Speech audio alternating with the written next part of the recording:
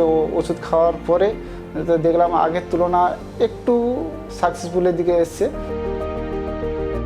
পেটে যন্ত্রণাটাও একটু কমেছে, তুলনায় এখন খাওয়াটা একটু বেড়েছে, তেমন কোনো বড় সমস্যা হচ্ছে না। আচ্ছা, বলছি আমার নাম নারায়ণ সাহু। উনি পেশেন্ট যিনি হয় তিনি আমার পিসি হন। আমার নাম রোহিণী বেলা মন্ডল। আমার বয়স হয়েছে যা 76 চলছে। আর 2 নম্বর মেডিসিন।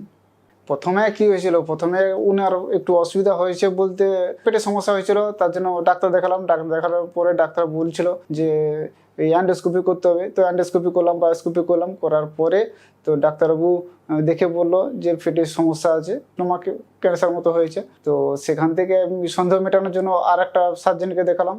তো উনি দেখানোর পরে বলছে ক্যান্সার হয়েছে। তো ক্যান্সার তো ওনার তো বয়স তো বেশি হয়ে গেছে, তো কেমো টেমো দেওয়া যাবে না, তার জন্য অপারেশন করতে হবে। তো অপারেশন তো হবে না, কেন যেহেতু বয়সটা হয়ে গেছে। তারপরে আমরা কি করলাম, বিকল্প রাস্তা দেখলাম যে ওনাকে যখন কেমো দেওয়া যাবে না, যখন অপারেশন করা যাবে না, তো তখন আমরা ওই ফেসবুকের মাধ্যমে আপনাদের পুনর্জন্ম আয়ুর্বেদ হসপিটাল দেখলাম যে আয়ুর্বেদিক দ্বারা যদি কোনো কিছু হয় তাহলে আমি আয়ুর্বেদিক, তাই এখানে এসেছি। তো ওষুধ খাওয়ার পরে তো দেখলাম আগের তুলনা একটু মনে হয় হয়েছে, সাকসেসফুলের দিকে এসছে।